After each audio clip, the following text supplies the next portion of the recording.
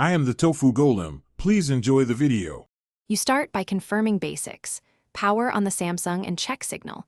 Make sure voicemail service is enabled with your carrier. Once done, unlock the phone and open the phone app. This is where voicemail lives. If you use visual voicemail, open the voicemail tab. Otherwise, press and hold 1 or dial your carrier's voicemail number to call in. Do this now so you're connected. The phone app gives the quickest access for both visual and audio voicemail. Once connected, visual voicemail shows a list. Tap a message to play, then use on-screen controls to pause, rewind, delete, or save. If you called your voicemail, listen to the automated prompts and enter your PIN or accept voice authentication when asked. This secures access. Make sure to note caller details and timestamps shown in visual voicemail. Also, if a message is important, save it or forward it immediately. That prevents to finish, manage messages.